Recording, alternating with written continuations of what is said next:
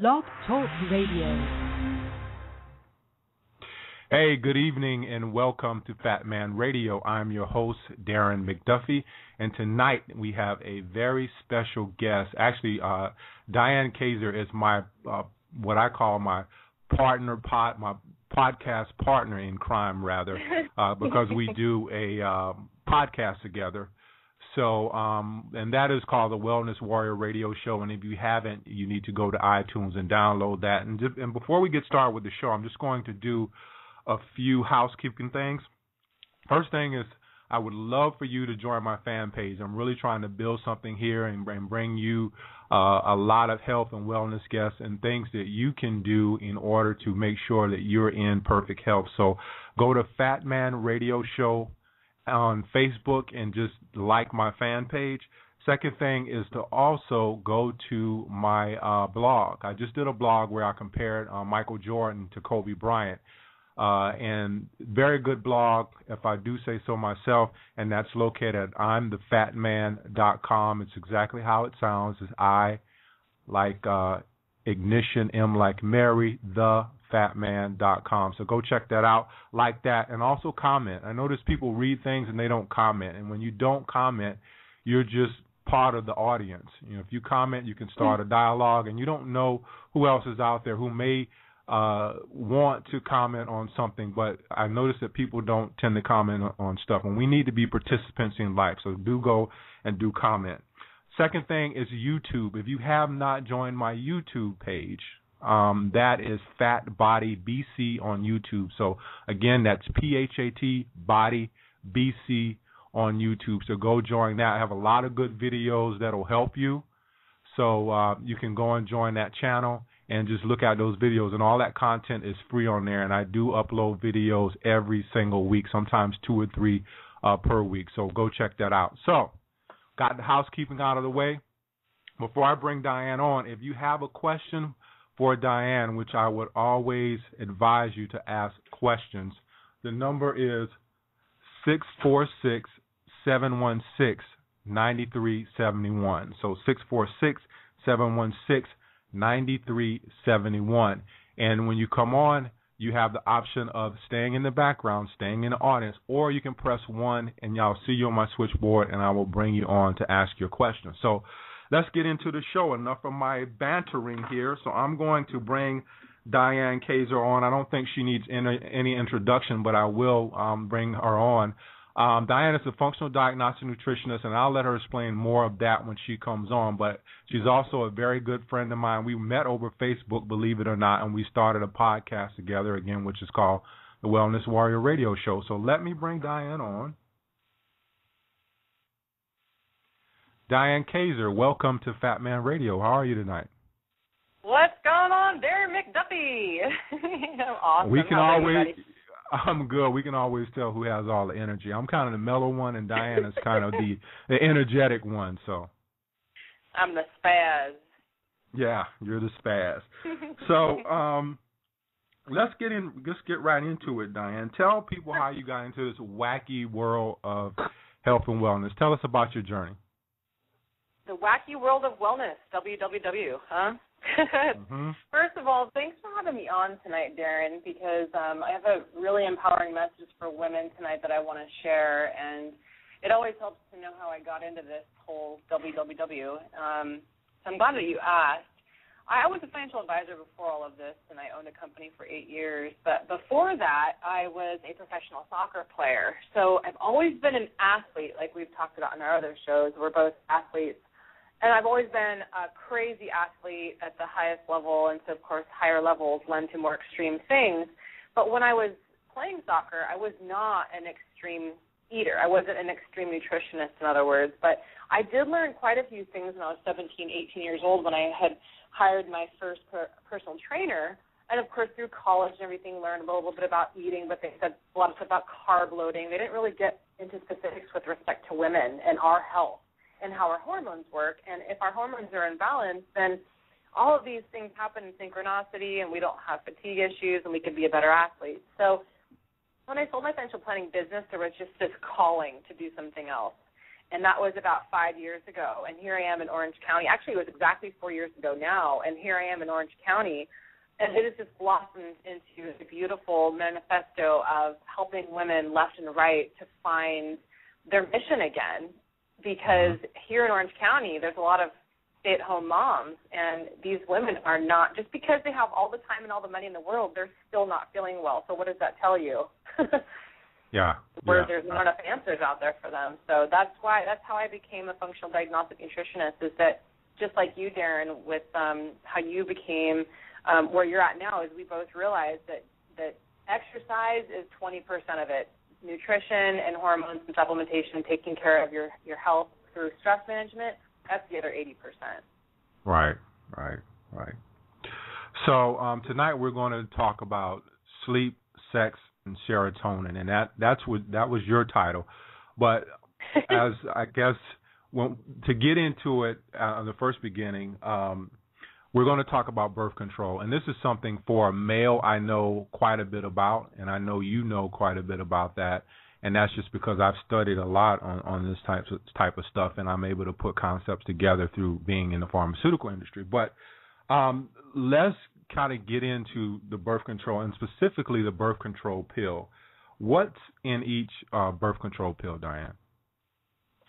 So if you want to get straight into that, the birth control pill is something that has been recommended to 98% of women. I mean, this is something that's on the radar of every doctor. It's like 85% of primary care physicians will talk about this.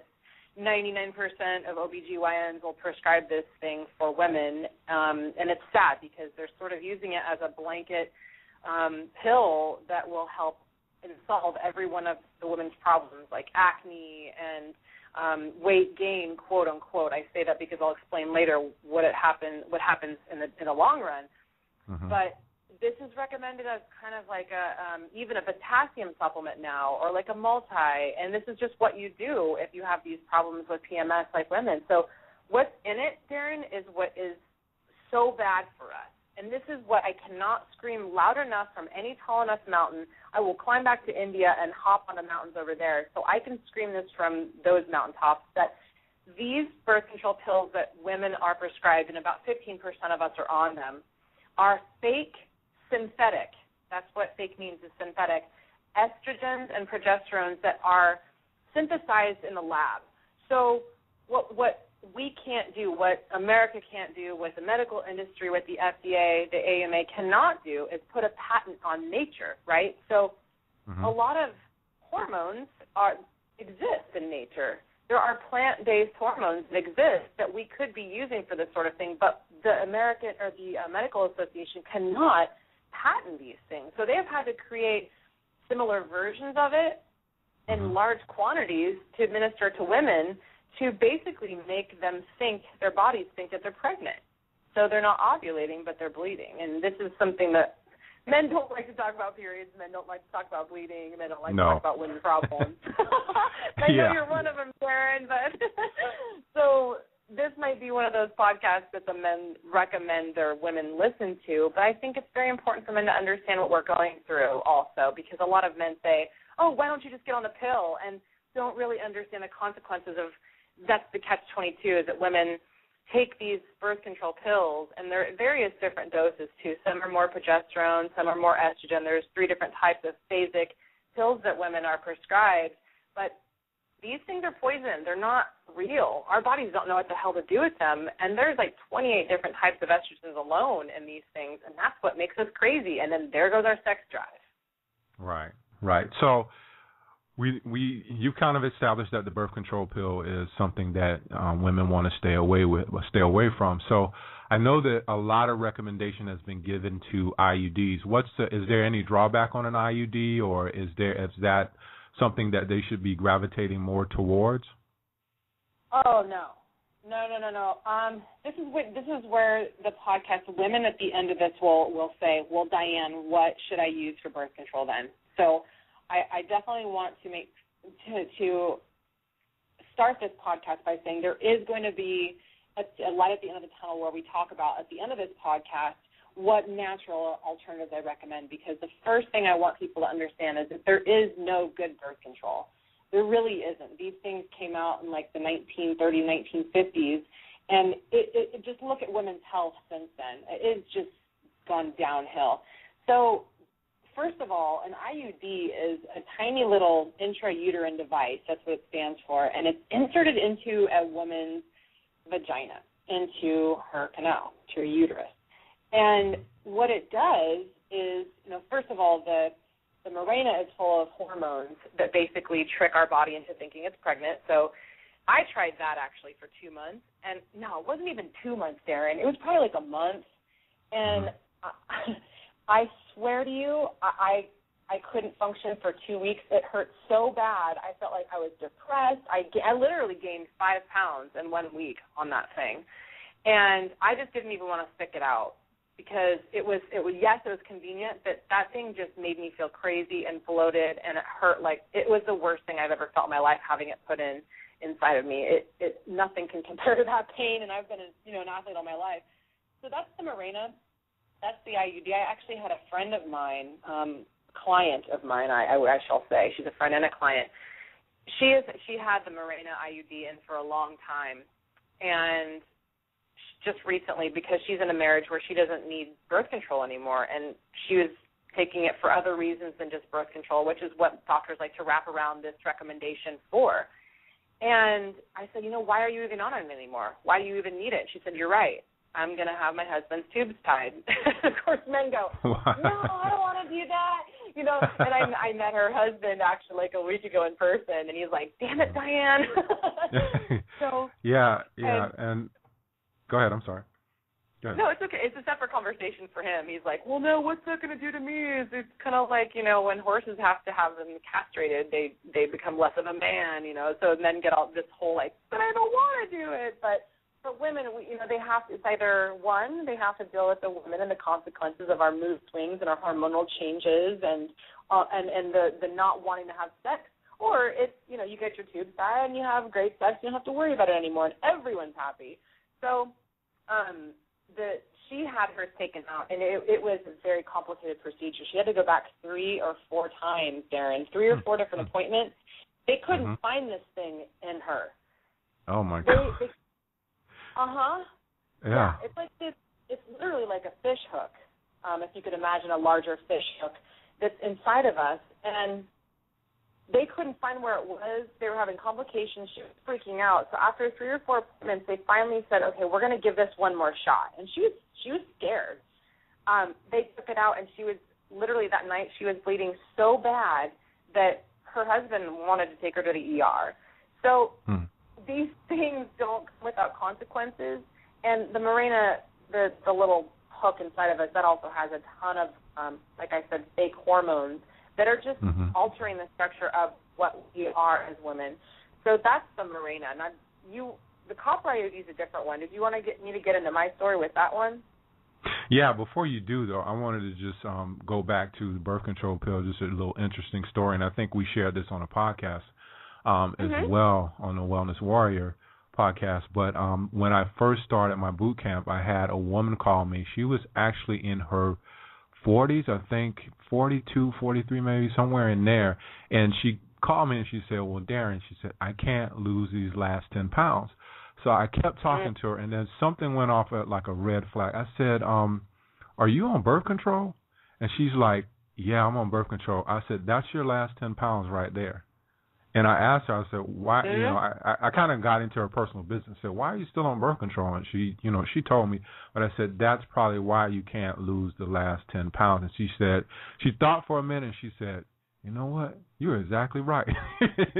And I don't know what she did after that. She never came to my boot camp, but I don't know what she did after that. But I would venture to think that she'd probably go off and go to a doctor and see about getting off the pill. So, but okay, so let's get into your story, because I know personally your story. You told me about the whole copper toxicity issue that you had. But get into that. Oh, get into it, I will, Darren. Okay, so for me, just like any other woman, I have had a long history of birth control uses. And I started off when I think I was about 17 or 18 years old, and just For the same reasons that every other woman has, I had acne. I had cystic acne. I had cramps like crazy. I would have to stay home from school for 2 days because I had such bad cramps. And at the time, I didn't think I had any alternatives. So I just did what my doctor said, and I took birth control, the pill. And I gained weight. I'll remember looking back at freshman pictures in college when I first started taking the pill. I had gained so much weight in like a year that I was like, I don't want to take this thing anymore. And so I wasn't on birth control for a couple of years. And then when I was 23, I did Depo-Provera. And Depo-Provera is a shot. That's an administered shot like every 3 months. And it's just a really heavy dose of progesterone that you can actually, I mean, there's questions in my mind that now I could even say something like if women really want to mimic this birth control shot with progesterone, you can kind of mimic the same thing with plant-based hormones only through a dropper. But this is not my medical advice, but you can get this same administration of the dosage through a dropper that I recommend to clients that, bioidentical hormones that are from plants, as opposed to having this synthetic injection of progesterone injected into your buttock or your arm. And I did this, Darren, for 7 years, from the time I was 23 to the time that I was 30. And you know what? I thought it was hella cool because I didn't get it. I had got no period for 7 years. God. Is that healthy? Is that healthy? Right? No. It's actually one of the worst things that you can do because women, I mean, we're here to be fertile. We're here to go through our cycle every 28 to 30 days. And I thought it was so, so cool to not get my period because I was able to say to the men that I was dating that, I don't bleed, so we can have sex anytime, and I don't get crampy, I don't get moody, you're the luckiest guy ever. So I thought it was the awesomest thing in the world that I didn't get my period. But what it does not enable us to do as women is to go through that circadian rhythm, that cycle every 28 to 30 days. That is a major purging process for women. It is a major process that we need to go through to be healthy. And that's why tricking our bodies into thinking that we're pregnant and not having an ovulatory cycle that not only involves bleeding but the ovulation as well is not a good idea, and why a lot of women are having so many problems. So when I took this shot, Darren, the thing that they told me every single month is that, or every quarter when I went in there, is that I need to make sure I'm taking a calcium supplement. So what I was doing is I was like, for the first couple of years I was like, I don't care, whatever, I don't even know what that means. But the reason why they were saying that is that it's too low levels because what irregular periods means that you don't have enough estrogen because they're administering a ton of progesterone. There's two hormones that regulate our cycle, and that's progesterone and estrogen. So when they give you a bunch of progesterone, you're progesterone dominant. And I'm not going to lie, that 7 years is awesome. Like, my body looked trimmer. I'm probably going to sell this thing to women, but I'm not trying to.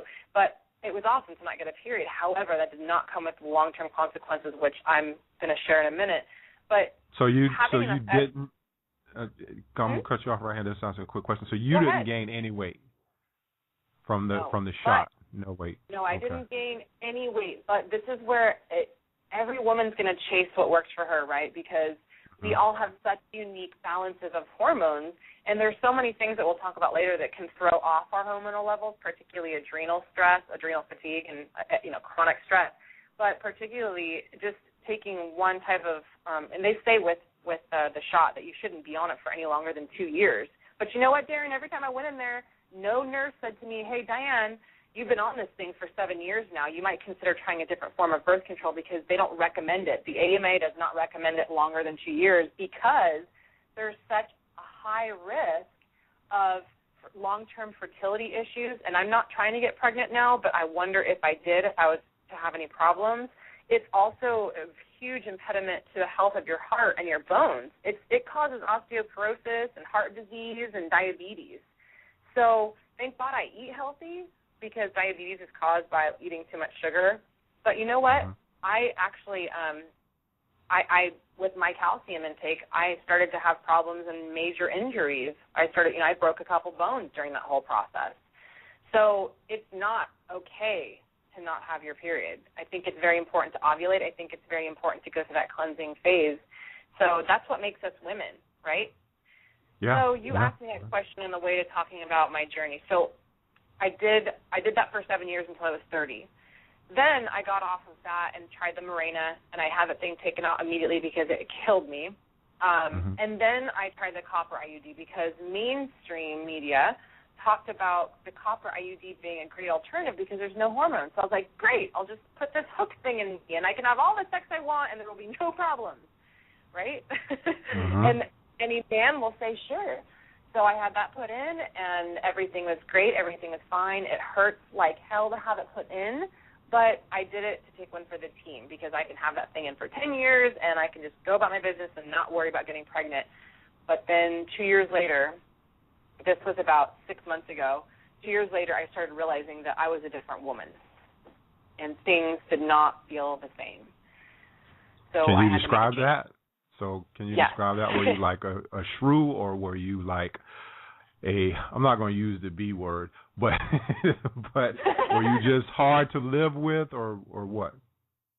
Yeah, and mainly I had to live with myself, right? And I'm not the codependent type that if I'm having problems, I'm going to go, siren it out to the world and make everybody miserable. I'm going to stay home, and I'm not going to engage with anybody else because I don't want them to experience the wrath that was me. So 6 months ago is when I had it in for about a year and a half. And it's these things, that's why we say every little bit counts, and really like this whole theory is that we're a frog in water that's cool when we first jump in it, and things aren't so bad, but then the water starts to boil, and toward the end, we're this frog, and we're not jumping out of the water. We're just chilling in there going, oh, okay, water has kind of changed a little bit, but we just don't notice it because it takes so long. And then one of us, all of a sudden we go, I'm not the same person. I was going back and forth between anxiety and depression. I was not getting the sleep that I wanted. I definitely wasn't getting restful sleep. I wasn't even getting tired until 1 in the morning, and I was waking up exhausted. My acne was irregular. My periods were extremely irregular. And the biggest thing I noticed was the 10-pound theory thing, Darren.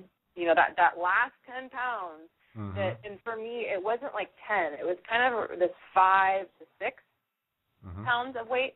But the biggest thing I noticed for me was chronic fatigue, and my sex drive was gone, like gone. And this is coming from a woman who, I'm not going to get too detailed, but I was always the one who was suggestive in my relationships. So all of a sudden, it becomes this task, and it caused a lot of turmoil in my relationship. All right, so let's get into, and I know you wanted to get into this, and this is something that I made a couple of videos about, and it's the whole aspect of estrogen dominance. Can you explain that? And that affects, I mean, I know this is geared more towards women, but it does affect men as well. Can you kind of explain that concept? Estrogen dominance, yeah. So I'm going to get into some of the statistics, Darren, because I want people to know, and this is what estrogen dominance typically means, with these statistics I'm going to share. So first we'll share some statistics, which is why I'm so against birth control, standard method of birth control, and we'll get into the natural methods that I recommend later. But typical risk factors are associated with estrogen dominance. So women who are on the pill and have had 3 sexual partners in their life are 15 times more likely to develop cervical cancer because of estrogen dominance. A woman who takes birth control for 2 years before they're 25 and has never been pregnant increases her odds of getting cancer tenfold.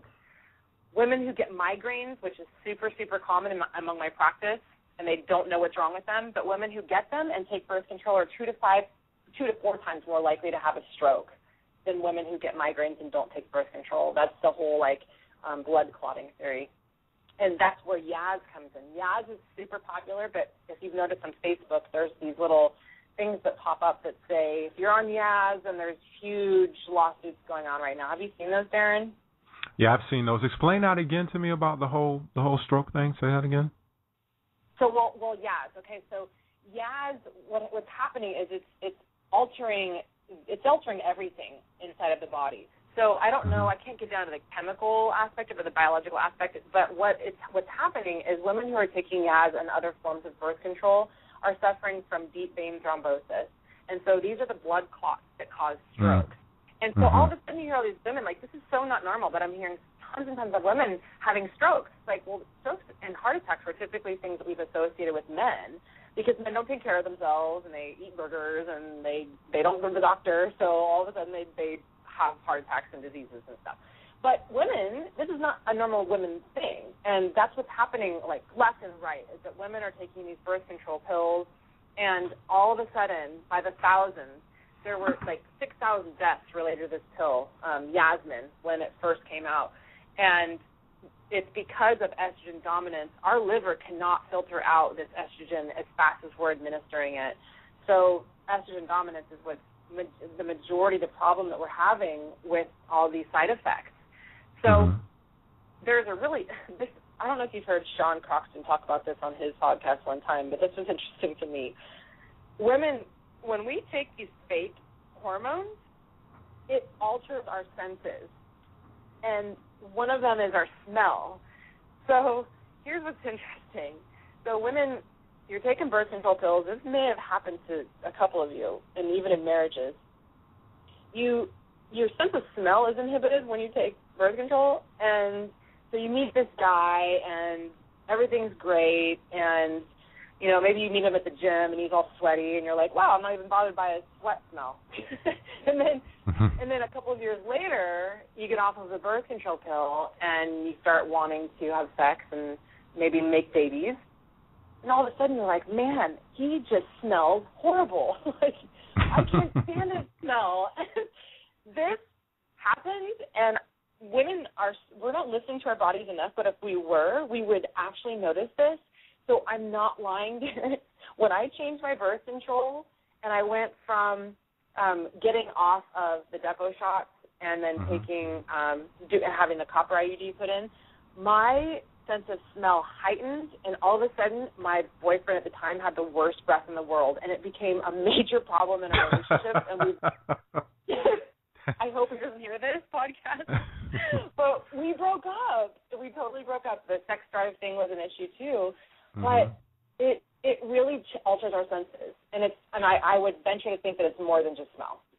Yeah, one of the things that stuck out to me from that podcast, I remember listening to that as well, but one of the things that stuck out to me was the fact that a lot of women that are on birth control, they're trying to circumvent having a child, but in effect they're actually killing their sex drive because they're killing testosterone, and women don't have as much testosterone as men do, but you need that testosterone for your libido, and that the pill actually kills that testosterone. So that I thought that was just like a catch-22 to having the birth control, is that it just lowers the testosterone, so therefore you're not even wanting to have sex at all when you're on it. Oh, that right there, Darren. Okay, so I'm glad that you brought that up because Dr. Sarah Gottfried is amazing, and she's taught me a lot of what I know about what I do about hormones. And she indicated on one of the podcasts that there's been studies, and that the number one problem that with women who have been on the pill, particularly long term, and that includes the majority of women, because I've had women come into my practice who have been on the pill for 25 years. They're like 45 years old and they're still on the pill, and I'm like, oh no, okay, so I got some work here to do. But the new evidence is that up to a year after a woman gets off of the pill, her testosterone is super low. And during the time that we women are on this pill, and that's the whole irony and the whole catch-22 of all of this, is that women take the pill so that they can have sex safely without having to worry about getting pregnant, but it drops our testosterone like the Tower of Terror at Disneyland. It just, and then you know what? And that's a good visual, you know, women are like, you imagine your testosterone, and that just literally drops your sex drive right there with it. And not just sex drive, but testosterone is responsible for a lot of things. It's responsible for building muscle. So women who can't lose the weight and build muscle, that's another problem. The other thing is having the drive and the motivation to be a woman wellness warrior. And so there goes that testosterone, there goes that sex drive, there goes ambition, and there goes our sex life and our relationship. But then women think, well, I'm going to get off the pill. And even a year later, and I'll get into something later called post-birth control syndrome. The medical industry has now coined it. Watch out, Darren, because there's going to be a lot of news. A new drug, yeah. Uh-huh. Here, let me give you testosterone now that you're off the birth control, right? Mm-hmm. So the number one problem with women that they're having before menopause or just getting off of the pill, which increases their PMS symptoms too, is that testosterone is super, super, super low, and it doesn't recover on its own because our adrenals are so tapped. That's where testosterone is manufactured for a woman, is in her adrenals. I'll get into what all of that means later. But the other one is that sex-binding hormone globulin is, I always say that wrong, but sex hormone-binding globulin, it soaks up the free testosterone in a woman's body. And a year after, that is super-duper high still. So you imagine like a little Pac-Man is the sex hormone-binding globulin, and it's still around there like eating up even the new testosterone that a woman is starting to manufacture again. It's still eating all that stuff up. So there's no sex drive. You think that it comes back, but there's a major resetting process that I work with a lot of women, and it takes like 6 months to a year to bounce back from. These things don't just come back. So while we're on estrogen dominance, so let's just play. I'm going to play devil's advocate here, and I'm going to say I'm Henrietta. I am, let's say I'm 35. I just got married. I decided I want to go off the pill. I've been on the pill since I was 18. I want to go off the pill. I get off the pill, and for most women, I know that they think, okay, I'm off the pill. Now, does that estrogen just automatically go out of the body, or how do you take estrogen out of the body if it's synthetic estrogen? Oh, I love that you asked that question because that is the caveat to all of this, Darren. So I'll go back to kind of finish my copper IUD story. I had that sucker removed, and I still have it right here in my drawer. I'm going to save it for a fishing trip. No, I'm kidding. I actually used it. If you watch, there's a video on my website where I talk about my story on DianeKazer.com, DianeKazer.com. Under my services tab, it talks about hormone harmonizing. And in that video, I actually show the image of the copper IUD. So when I had this thing taken out, and it was a pleasant process when I went in there, it was okay to have it removed. They found it. You didn't have to go fishing for it in there. But I had it removed, and it was pretty instant, Darren, that within, I think it was on my third day, because I really tracked all of this so I could share it with women and scream it from the mountains, that I lost 6 pounds and 2.5% body fat in 3 days after having that removed. And that was due to the copper toxicity that you had, or the heavy metals? Yes. It was from inflammation of whatever kind that my body was harboring to protect myself from the copper toxicity that ensued from having this thing in me for a year and a half. So I actually had 5 times the amount of safe copper in my system, and I had this tested through hair tissue mineral analysis. So this is not just something that I'm guessing. I had 5 times the amount of safe copper in my body. 5 times. And that plus, because you look at zinc and copper as a ratio to kind of determine healthy mineral balances in women, and my copper to zinc ratio was extraordinarily off. Copper is supposed to be about 20 in the body. Mine was about 10. So this ratio that was off was lending to all of my crazy mental symptoms. I mean, that ratio in the medical science industry, if it's as off as it was, like mine was, they look at people who have like ADHD and schizophrenia and other sorts of bipolar disorders, and copper zinc is one of the ratios they look at. And mine was so out of whack that it was at the levels that they would diagnose someone with bipolarism and schizophrenia. So what you're telling me now here is that when men have that claim, like my buddies are married, they say, man, my wife is crazy. So literally, women are crazy. Mm-hmm. I'm telling you that right now. it's so crazy because copper and zinc are not only minerals, but they're also regarded as neurotransmitters in the brain. So this is what's super important to know about why, you would think, okay, well, I'm just going to go with the copper IUD because there's no hormones in there that's going to screw with my body, but wrong. These copper and zinc are super important. They have some of the same functions as a neurotransmitter. So an imbalance of copper and zinc will lead to things like I said, hyperactivity and other, depression is one of them. It might go between depression and anxiety. And so when they test these copper levels, they're elevated in people who have these mental problems. They're like smaller earthquakes, like lighter on the spectrum on the Richter scale, which I was having slight panic attacks and bouts of depression. I wasn't telling anybody this. I was so embarrassed. And high copper can also cause severe PMS and estrogen intolerance and skin issues.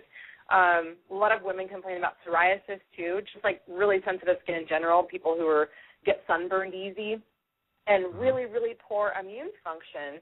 I was getting sick, like super duper sick, once every 2 months. I had never been so sick so frequently after I had mine put in, and I didn't correlate it. I did not correlate it at all. It just seemed like every other month I was on my deathbed chugging ginger, which I later found out that I'm intolerant to, which is a whole other story. If your listeners want to tune into my seminar, I'm having a webinar on Thursday talking about food insensitivities. So I'm insensitive to ginger. So anyway, I'll go back to copper, because copper in the body mimics estrogen. And those two together, copper and estrogen, are like BFFs in the body. So what happened with me is I wasn't even taking estrogen. I wasn't taking the pill. And my estrogen rose with my copper toxicity in the body. And then guess what follows those two? Yeast. Oh, so, Candida?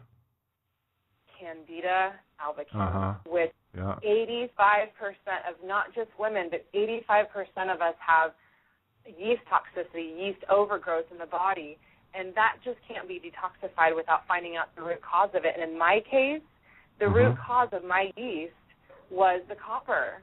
I never had yeast problems until I had, this is such an embarrassing topic for women to talk about. I don't care. I just want to get the word out. But I wasn't having, like, yeast, I wasn't having yeast infections that were so obvious, but little things that were yeasty inside my body that otherwise just passed off. Like I had this stuff in the inner lining of my mouth when I worked out that was kind of like, women know what I'm talking about when I say that. But the copper toxicity increased my estrogen dominance, and it increased the amount of yeast in my body. And the only way, Darren, to really, really, really get that stuff out of your system, especially the estrogen, is there's one supplement I used called Dimpro, and that flushed the heck out of my liver. It got the excess hormones that were stuck in my liver out of the system. That was part of my weight loss. That was a big part. And that's what a lot of women actually take to reduce acne, too, because they have so much estrogen in the liver, and our liver is too overwhelmed to get it out. Yeah, that's what DIM is, diindolylmethane. There's another one out there, too, that actually takes estrogen out of the body, and right offhand I can't remember it. It's calcium something. I'll remember it before we end the show. But you discussed estrogen dominance. Can you kind of talk, because you started talking about progesterone earlier in the podcast in the show, but can you kind of talk about that and how it relates to estrogen dominance? Yeah, actually, this is huge, and I just did a video on this, and I can't scream this from the rooftops either enough. But when we women have so much estrogen in the body, it may or may not influence progesterone decreasing, but when there's estrogen dominance, which is so common, then progesterone doesn't have its chance to do its job. And one of the things that people don't know about is that the leading contributor to many of the autoimmune illnesses that we have, which is like 1 in 10 women, and they think that there's just no hope for them. There's like 66% also increased risk of breast cancer when estrogen dominance happens and low progesterone is in existence, because there's one of the hormones used in the pill is E2. It's one of the most potent type of fake estrogens. They're saying that it should be included in a list of known cancer-causing carcinogens, but, of course, as you know, the AMA would have to approve that, Darren, and you know how that goes. So PCOS is another major risk, and many other, because what estrogen is it's a growth hormone. So women go through puberty, they grow breasts, they just grow. And so when we have too much estrogen, things grow, and cancer is one of them. It's a pro-growth hormone. Also mood swings. So, we grow. Our clothes don't fit that well. So weight gain. Weight gain's huge. And PCOS is super common, and that's one of the major reasons why women can't get pregnant later on. And only 1 in 3 of them end up getting pregnant at that point because this whole cascade of corruption that these hormones cause in the body that are not reversible unless you actually work with someone like me to help rebalance and retrain the hypothalamus to communicate with the adrenal. That sounds really geeky, but for all women, you need to know something about progesterone. The majority of you are low, extremely low with progesterone. Progesterone is a natural diuretic that helps us stay trim. And it especially if you have low progesterone, you're going to have weight gain or in the belly area, the mood swings I talked about, abnormally heavy flow during your period, which is one of the reasons, one of the main reasons women get on the pill. Super low sex drive, breast pain, depression, anxiety, just chronic pain, insomnia. All of it's related. I talked about immune system health, but excessive cramps is one of the reasons I got on the pill. But all of these things, including, I've been water retained all my life when I get my period. I've always just thought it was just a period thing, and it's actually not normal. None of these things are normal. To want to crave more food around that time of the month is normal. Because we're burning like 100 more calories a day for a week up until the time we start bleeding. So women grab for food, that's okay. Our metabolism is actually higher. But the sweet cravings and stuff like that, that's not normal. So we got to get a handle on that. Yeah, is chocolate one of those too? Because I noticed that a lot of women gravitate towards chocolate, which is nothing wrong with that if you're going to gravitate towards dark chocolate. But most of some women are gravitating towards Milky Ways and Hershey bars and stuff like that. But is that one of the reasons why the whole dark chocolate thing? Like they say, chocolate is a woman's best friend. So women are gravitating toward you. Just kidding. My chocolate friends. Actually, yes, that's one of the reasons, Darren. It depends on where a woman's at, but hormones regulate. There's insulin is one of the hormones that regulates our blood sugar levels, and blood sugar levels tend to go crazy just before a woman's period. So that is definitely one reason why a woman is craving chocolate. The other reason is that we tend to have more mineral deficiency toward the day 1 of our period, which day 1 is when we start bleeding.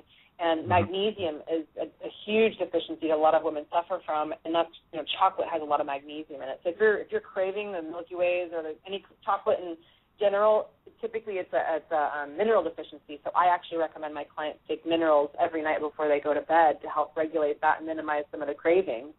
So, yeah, that's a really good question. I get that a lot. Yeah, and just off the cuff with progesterone, it's not also something that's good for women. It's actually good for men, too. So a lot of men can use progesterone, too. I've actually used it. It makes you feel like you're 18 again, guys. So you might want to check into that if you're over 40 like I am. So you mentioned something earlier in the show about post-birth control syndrome, I guess that is, post-BC syndrome. Can you explain that?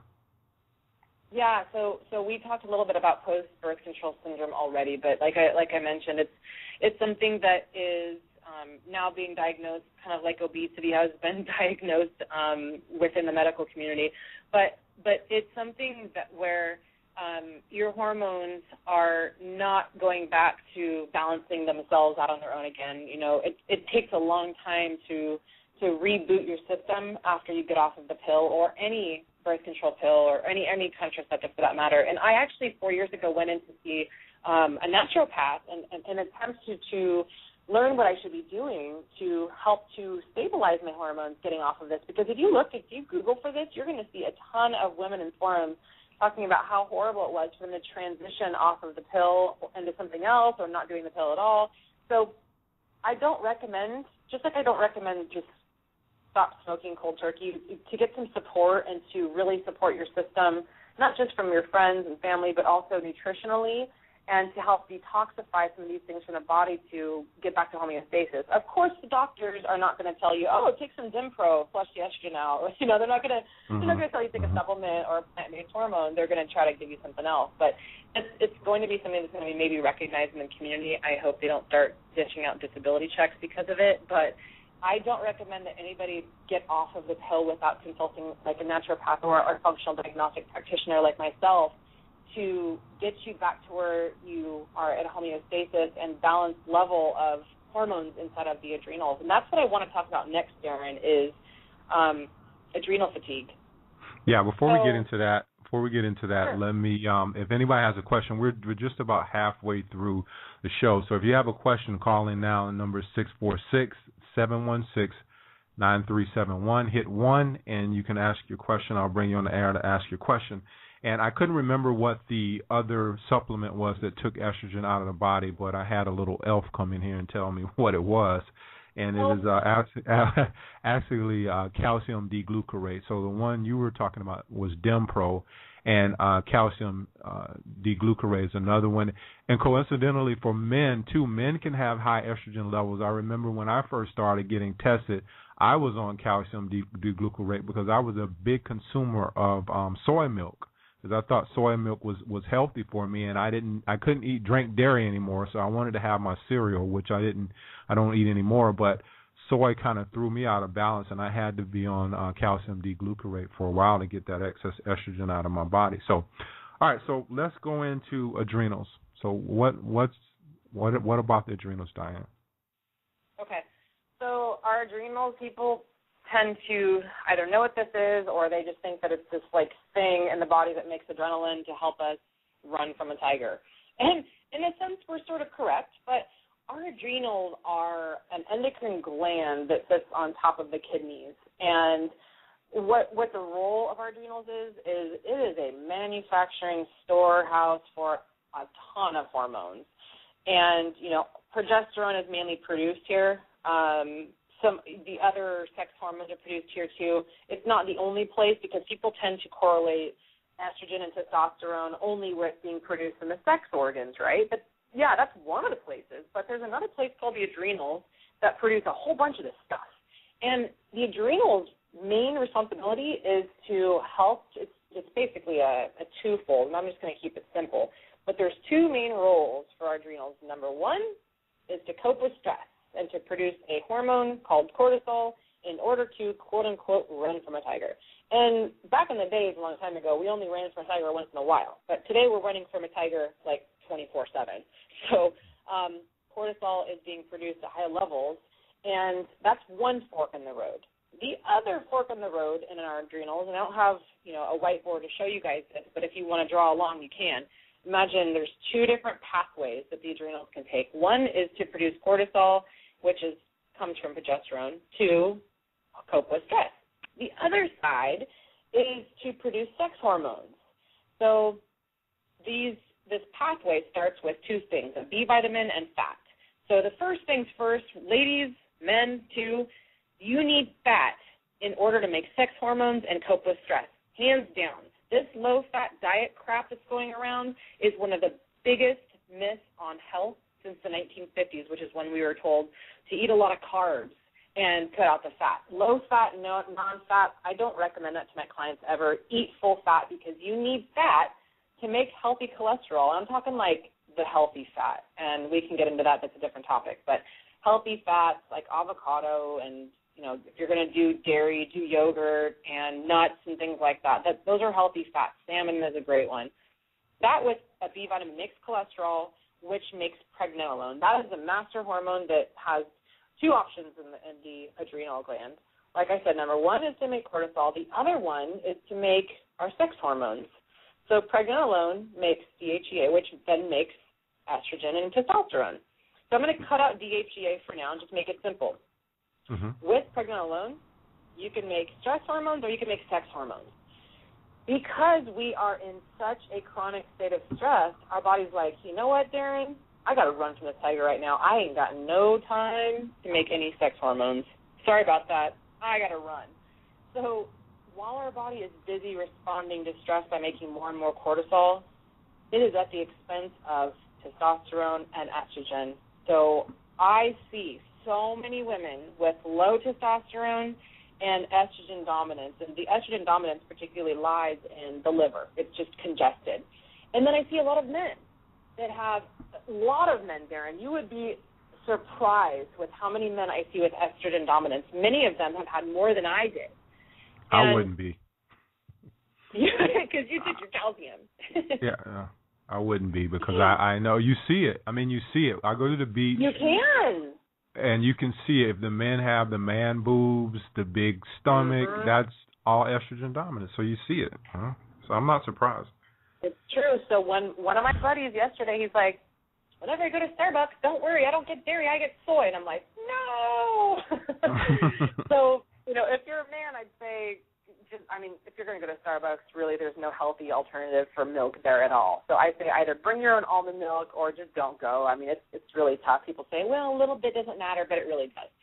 So so men have a lot of estrogen dominance too, and we need to flush that as well. But this is where the sex comes in, and this is where if you want to have better sex and get your sex drive back, aside from just trying to alter your birth control, we got to revive the adrenals, because your adrenals, 95% of what I deal with in my practice is adrenal fatigue. Our body is just under chronic stress so often it can't make enough of anything. So it's just like, I'm exhausted. I can't keep doing this. It's like 80-year-old adrenal in a 20-year-old body, which is crazy. That's what I'm seeing is a 20-year-old, a 14-year-old women, they have levels of testosterone and estrogen that are as low as their 80-year-old grandma, and it is just sad.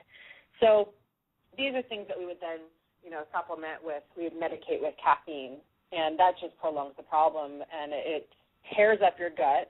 And when it tears up your gut, there's inflammation in the gut. Inflammation in the gut raises cortisol, because that's related to the adrenals.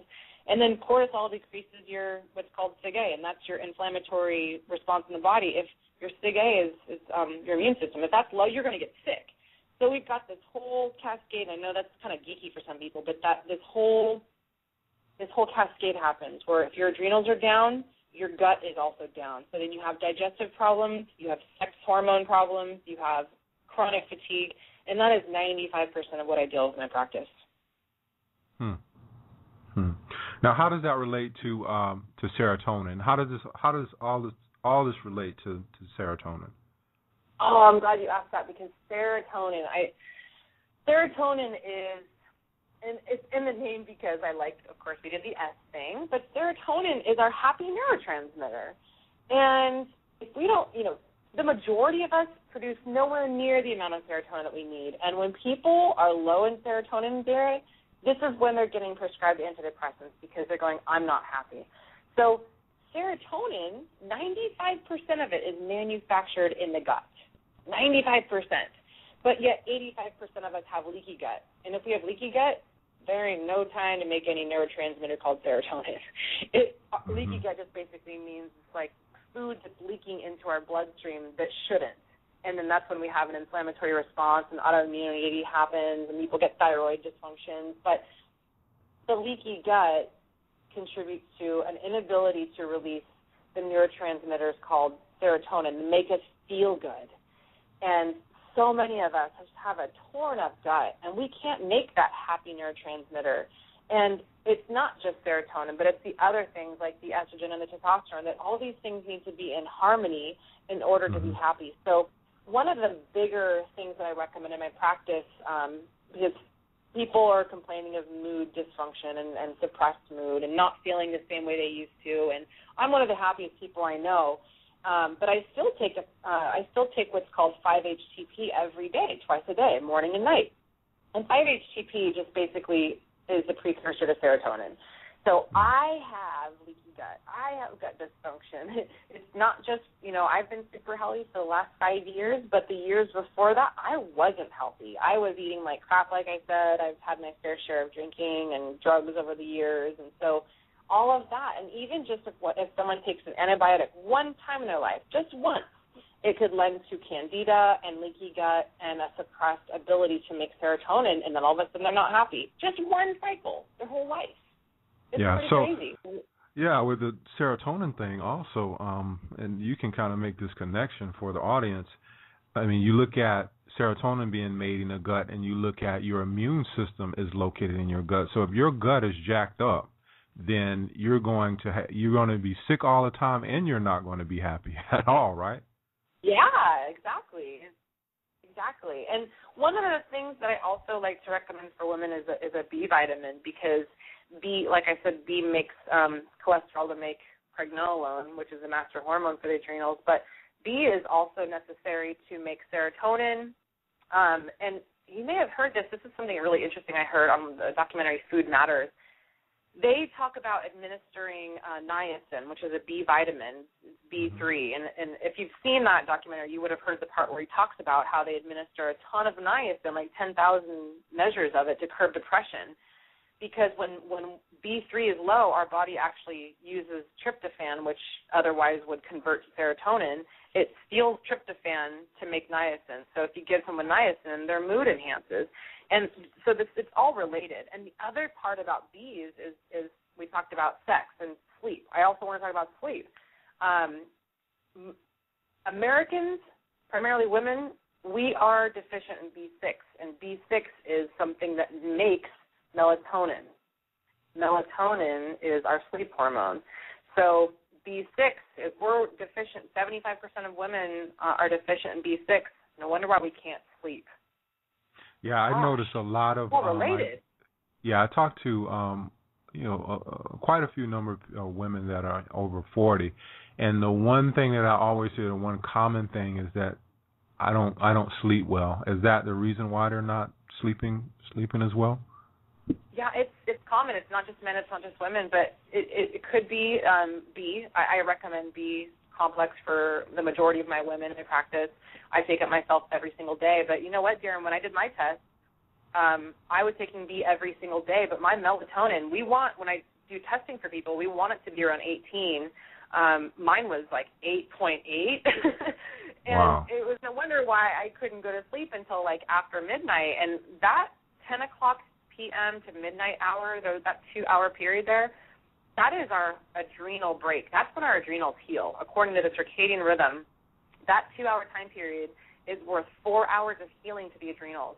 That's why I say you need to go to bed by 10 o'clock, not midnight. It's not just 8 hours in general. That's why night shift workers have all sorts of adrenal problems. But one of the reasons why melatonin was so low is because my gut was super unhealthy. I have, a lot of different pathogens that are in the body, which when I got tested, I saw I was really high in all sorts of aerobic bacteria, which aerobic bacteria contributes to yeast infections. And I've had UTIs since I was like 20 years old. And they gave me an antibiotic to take every day for the rest of my life. And I was like, that's when my journey started here. Because I went, you want me to take an antibiotic every day for the rest of my life because I have a UTI? And I was like, oh, hell no. So I did some research, and it took me 14 years to get here. But it's not just the B6 or B deficiency that would lend to low melatonin and low sleep patterns. It's the culmination of a lot of things, but it's, like I said, one of the things, if someone has a highly inflamed gut and our gut is always at war, it's fighting something in there all the time. It can't make melatonin. It's got other jobs to do. It's trying to fight a war with all the bugs and the bacteria and the pathogen and yeast that exists in there that we need to address first. The other thing is that mentally we are just in a state of chronic fatigue. We just don't slow down. We don't meditate. We are just going way too fast for our body to be able to keep up with. That's why I say our adrenals are like 80 years old. We're borrowing energy from the future. Yeah, I know a lot of people that are burning the candle at both ends, and I'm like, how you do it? It's a quick race, but at some point you're just going to flatten out. And I know I was like that at one time. I was just always up, always on the go. And I would go to bed at 11, 12, 12:30, 1 in the morning, and then the next day it was just a struggle to get up. And I realized that we pretty much go to bed between 9 and 9:30 at my house.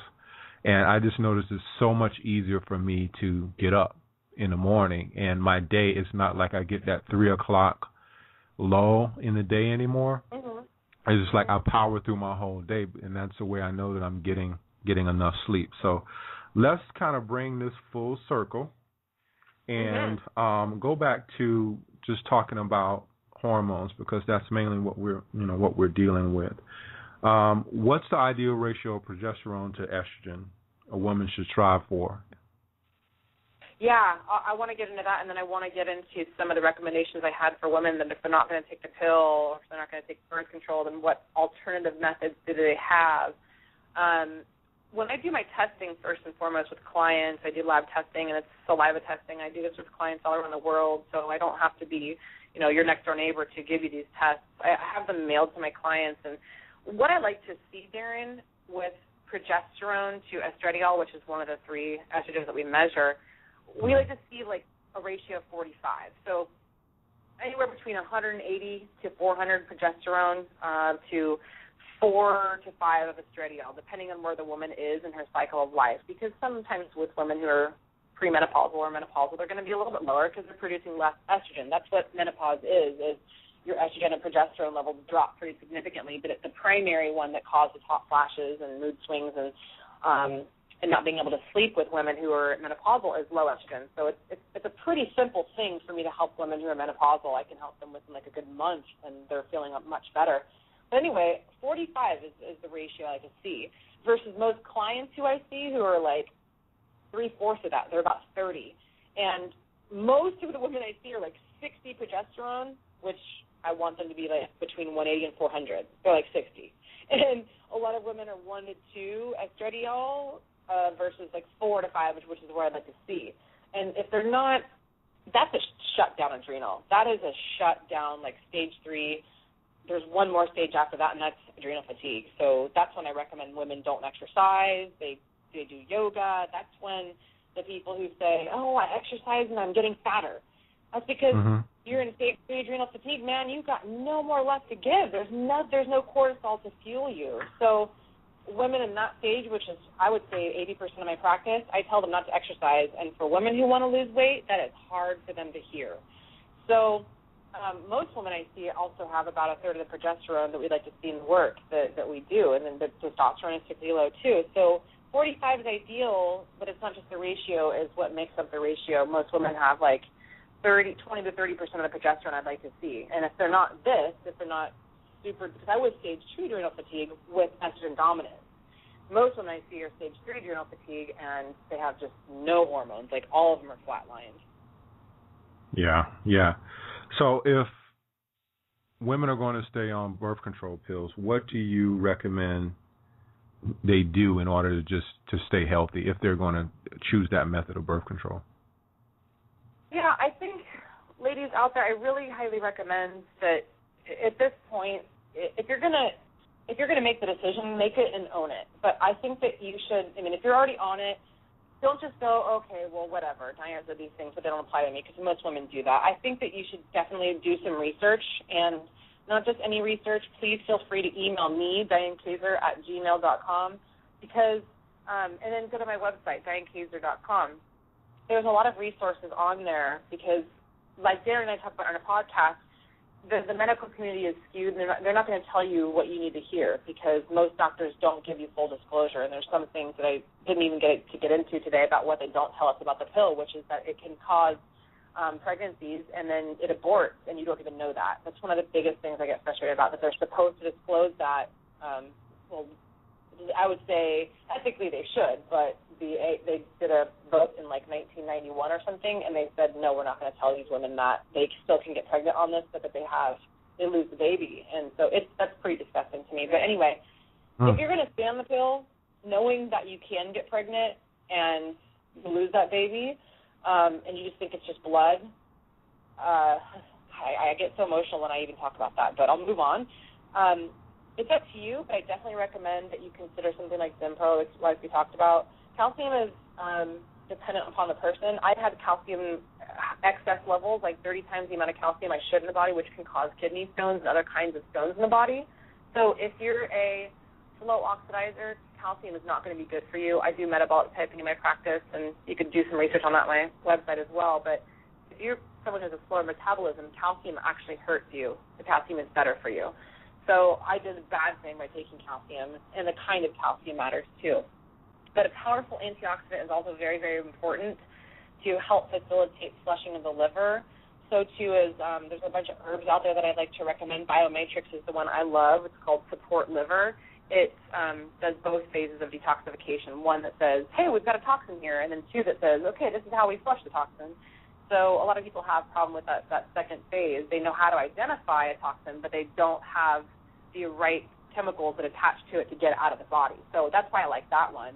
And then Adrenal Val is another one I recommend through Biomatrix, because that also facilitates the cleansing of the body and manufacturing the right hormones in balance to get these things moving. So if you do go to Biomatrix and purchase these, you have to put in a practitioner's name in order to purchase them, and you could just put in my name in there. But really, these things are very, very important if you're just going to maintain, just for maintenance. I mean, a multi is always what I recommend. There's other things like getting enough sunshine as well.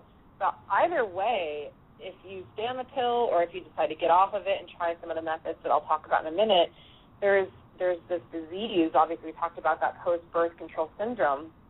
So liver and gallbladder detoxification is crucial. One of the things that I use like 3 times a week, and I know Darren does too, is doing coffee enemas. And it may sound crazy, but you're not driving up to a Starbucks or anything and saying, hey, can I have a coffee for my butt? You're making this stuff at home, and it helps to detoxify your colon, and your colon is right next to the liver. And then I actually experience a lot of back pain relief when I do my coffee enemas, and I have a long history of back pain, and that's because there's less compression from my liver onto my lower back. So I have a lot of women who do these coffee enemas, and they feel a lot of back pain relief, and they could do yoga better. And by the way, if there's anyone who ever does cancer treatments instead of doing chemo, which I highly recommend against, check out the Gerson Institute. They recommend doing coffee enemas like 3 or 4 times a day.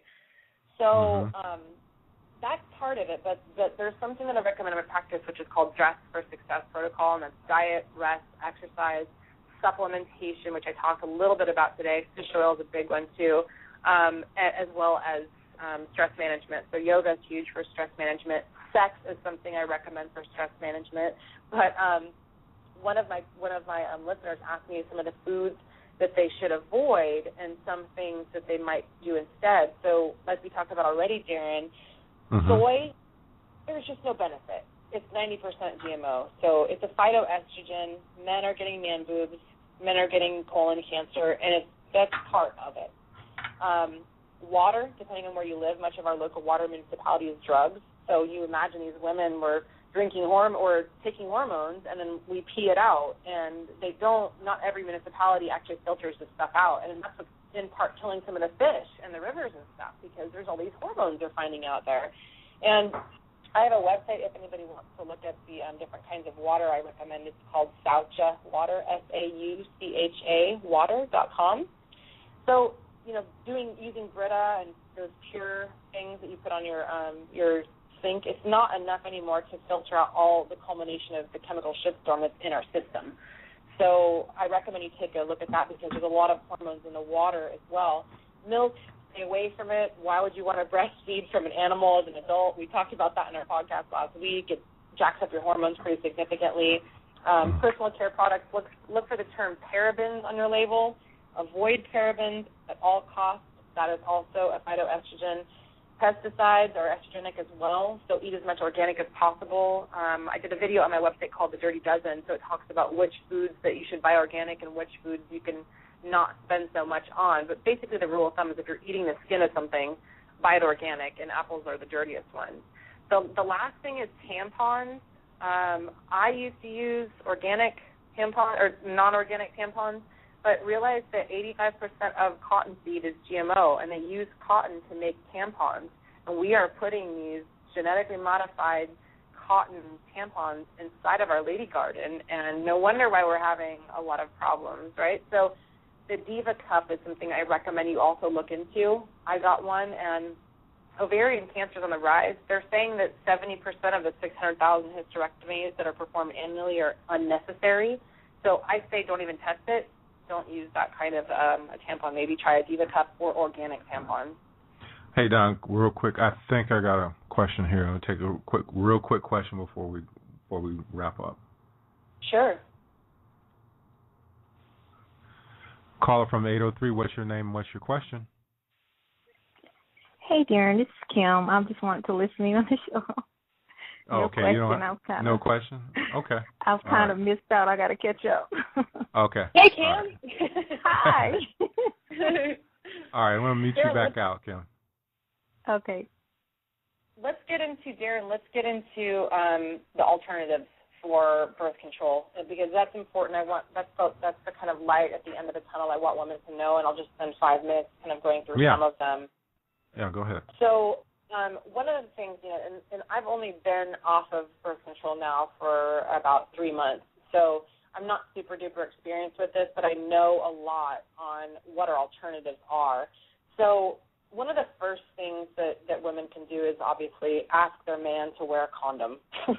That's really important because condoms actually can protect from sexually transmitted diseases too. So we were trained from a young age that we can use condoms, right? So that's going back to basics. I know men don't like to wear parachutes and while they do their dive, but condoms are one way to, it's very, very effective. So condoms is one way. Vasectomy I talked about.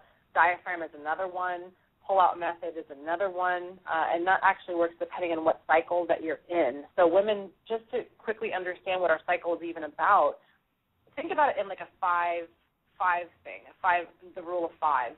Day 1 through 5, you're bleeding. Day 6 through 10, which is another day of 5 days, your egg is being prepared sort of in the oven. And then day 11 through 15 is your most fertile time where your egg has been released and ovulation has occurred. Now, ovulation, that egg only drops and hangs out for like 24 hours at most, and sometimes 2 eggs drop. But that's when you're the most fertile, is day 11 and 15. So if you are doing, if your guy wants to get in there and just have a good time and let it go, day 1 through 5 when you're bleeding, you can't really get pregnant because an egg hasn't been released. Some people don't want to take that risk, and it's totally up to you, but there's going to be a couple things that I recommend that you could even try, and not just try but do, to test your temperature to see, because our temperature changes throughout our cycle, and when your temperature is lower, there's been no egg drops. So I'll get into that in a minute. But days 15 through 28 and 30, that's your luteal phase when your temperature goes back up. And you can't get pregnant then because the eggs are gone. The egg is ruptured. And that's when your progesterone is high again, everything's back to normal, you're feeling good, and you don't have all these cravings and symptoms. So one thing to remember, too, in the rule of 5 is that sperm lasts 5 days in the womb. So let's say that day 5 you're done bleeding and you're like, all right, let's get it on, if you do have a sex drive. And you get it on, and your guy releases some little sperm guys, and they start running around looking for something. They can run around and look for an egg for like 5 days. So that's how long sperm can last inside of us. Now, if you did that on day 6 and the sperm are still hanging around in there, like I said, day 11 is when you're fertile. So if day 6 you have some fun, 5 days later the sperm's still in there, then you can get pregnant. So there's this whole ovulatory understanding that needs to be had with women in their cycles. So many women don't even understand what their cycle means. But what I recommend is there's a few different things you can try. There's cycle beads, so 32 different beads representative of the day of a woman's cycle that you're on. You're most fertile between days 8 through 19, so it really depends on your body. If you have sex other than days 8 through 19, then you should be in a clear because there's no egg to permeate. There's no egg that can be fertilized with sperm.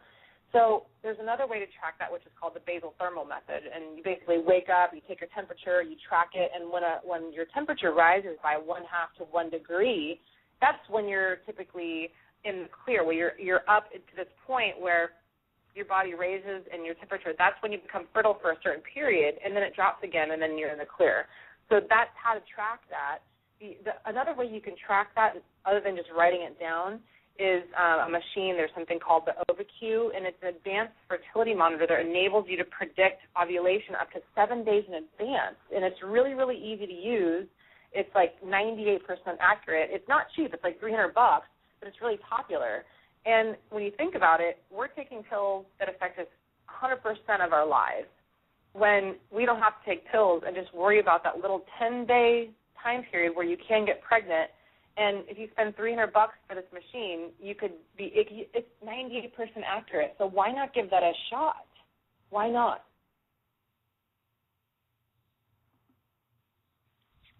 Yeah, are you there? Yeah, I'm still here. Oh, okay. I just wanted to end that thought. But that's something that I'm doing right now. It's a basal thermal method. I am taking my temperature every single day. With a day one of when we start our period is when our temperature is lowest. That's why a lot of women are cold when they first, start their period, because our temperature is lower.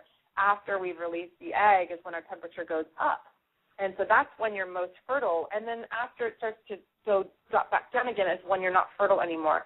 So do a lot of research on this, guys. There's actually a book that I have. It's called Taking Charge of Your Fertility. It really goes into all of this. And then you could look up the OVACUE, OVACUE, and that's another way of tracking all of this. So there's a whole bunch of other recommendations I can give to you ladies, too. So all you have to do is contact me. But so far, I have a pretty good track record of not being pregnant. Yeah. So you've really educated me as a male about all of these birth control methods. I know. How you doing? Fertility cycles and all of that stuff.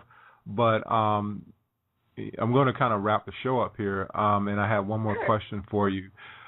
With these how many people you see in your practice that you would say most of their weight gain and the problems that they're having is contributed to hormonal imbalance? All of it, Darren. Mm-hmm. Every woman I see. Every single woman I see has. I've never seen a woman come in with perfect hormones. And perfect is difficult to accomplish in a lot of things, but even remotely close to ideal, there are zero. Most of the women I see, like I said, are so far down the road of adrenal fatigue and hormone imbalance and also an impaired gut that we have a lot of work to do, and it's not going to happen overnight, and it's not going to happen with a pill. But, the protocol that I recommend is intended to be the long-term strategy to bring them back to life. And one of the things that gets them back to life is having good sex. Having good sex is so important, and it releases what's called oxytocin in the body. And oxytocin is what makes us feel closer to our mate. It helps us it's a natural stress reliever. It's a natural sleep hormone. So these things is what we're robbing our body of, because the average woman has sex with their man only once a week. So it should be more than that if we can, more, during the times of our cycle when we're not fertile. And that's going back to basics. It's kind of, if you think about that little period between when we're fertile and not having sex, it kind of creates this nice little honeymoon phase where you're like, oh, not going to get it for 10 days. And we're taking advantage too much now of our convenience and our ability to have sex whenever we want, which I think is part of the problem with so many of our relationships. And it also contributes to the adrenal fatigue and the stress that we're having. We just don't have enough love.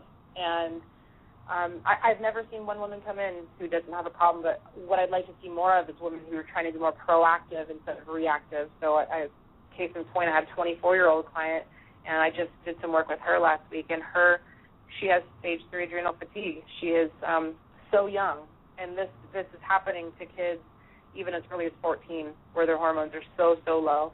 So we need to really take it seriously. We really, really need to take this seriously, and it's not going to happen with a pill. It's not going to happen with a drug, and it's not just going to happen with an exercise program either. Yeah, and this is something that it isn't hard to do, right, Diane, to get those hormones back in balance if you work with somebody who knows what they're doing.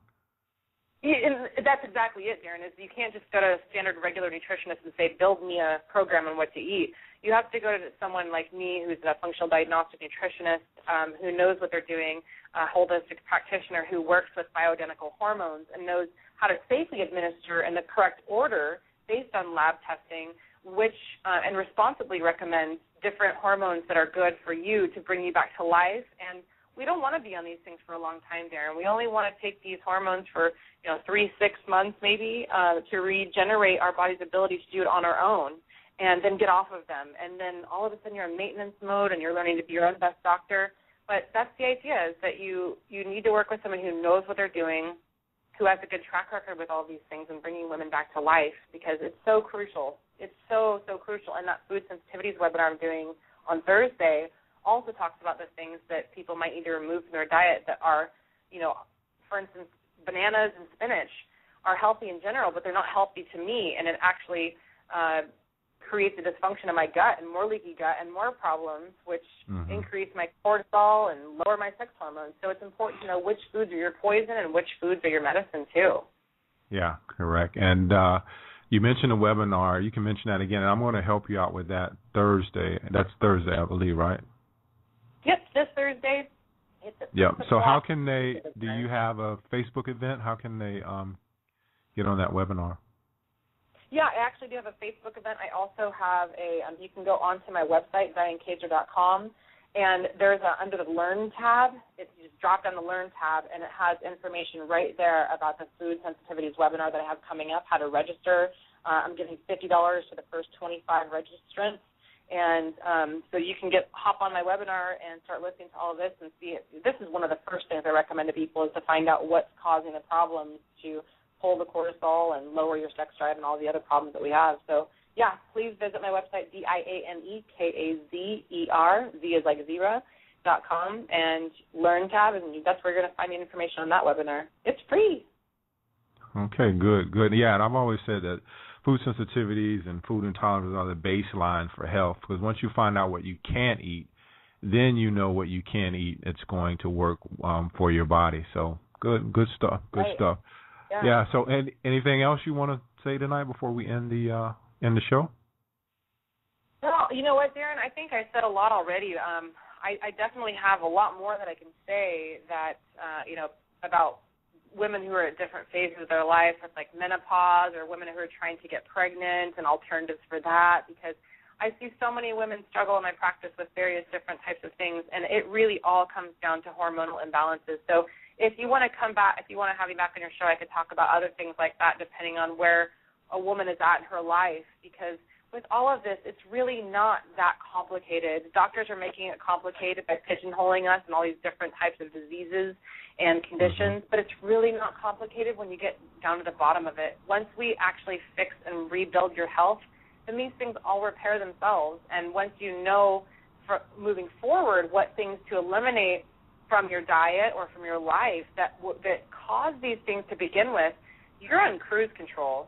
Imagine you can spend thousands of dollars your entire life trying to figure out what's wrong with you. And that's why I say take the time, take a few months, work with a functional diagnostic practitioner like myself, and figure out what's really going wrong. Stop the craziness of guesswork and really get down to the bottom of it and rebuild it all. Rebuild it, work hard. It is not easy to rebuild all of it, but it certainly is pretty simple. So I would love to hear from, go ahead. Yeah, I said it's worth it. It's worth it. And there's a lot of men, there's a lot of women out there that are so used to feeling bad, they don't know what it is to feel good. And that's because they're going about things what I call ass backwards. trying to feel good by using all these pills and all of these things without doing any type of testing to find out, okay, well, what am I sensitive to with food, and what's going to work best with my body. So I agree wholeheartedly with what you're saying, Diane.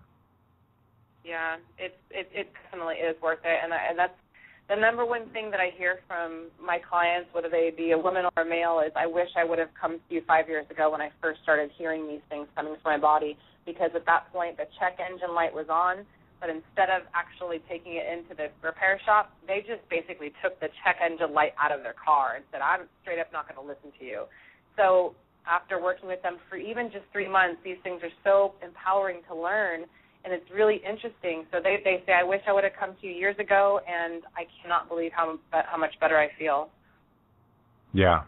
So I am going to actually have you back on. We're going to do a little in-depth talk on hormones and anything else you want to talk about in the next coming months here. But I encourage everybody to get on Diane's webinar tomorrow. If you need information from me, most of you that are listening to this are probably on my Facebook page.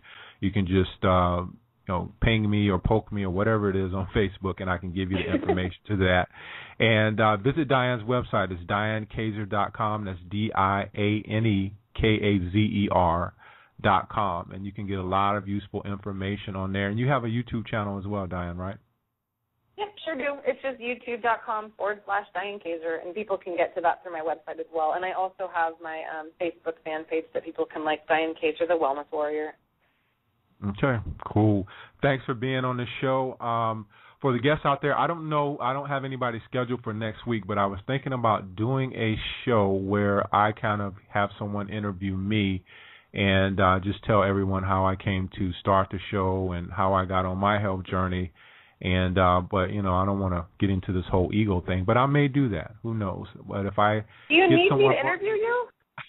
I don't know, but I'm not sure what I'm going to do. I may have someone scheduled for the show next week, but if I don't, I may do that because I have a lot of good information I want to give people out there, especially those people that are seeking some wisdom when it comes to their health. So, again, Diane, thank you for being on the show, and I look forward to us doing our podcast tomorrow. Yeah, right. Awesome. I'll be right back with you in less than 24 hours, Dee. Thanks for having me, and thank you so much for everyone for listening and sticking around for this really juicy information, huh? Yeah, you gave out a lot of good information. And for those people out there, check us out on Wellness Warrior Radio. That's a podcast in iTunes. And you can download these podcasts, and you can listen to them. I listen to them when I'm on my way to work on the turnpike. And you can listen to them while you're exercising or whatever you do, if you go walking or something like that. And it's a bevy of good information. So hope you'll check that out. Again, Wellness Warrior Radio Podcast. Just type that into iTunes. Thanks, Diane, again, and good night. Good night, everyone. Good night, Darren.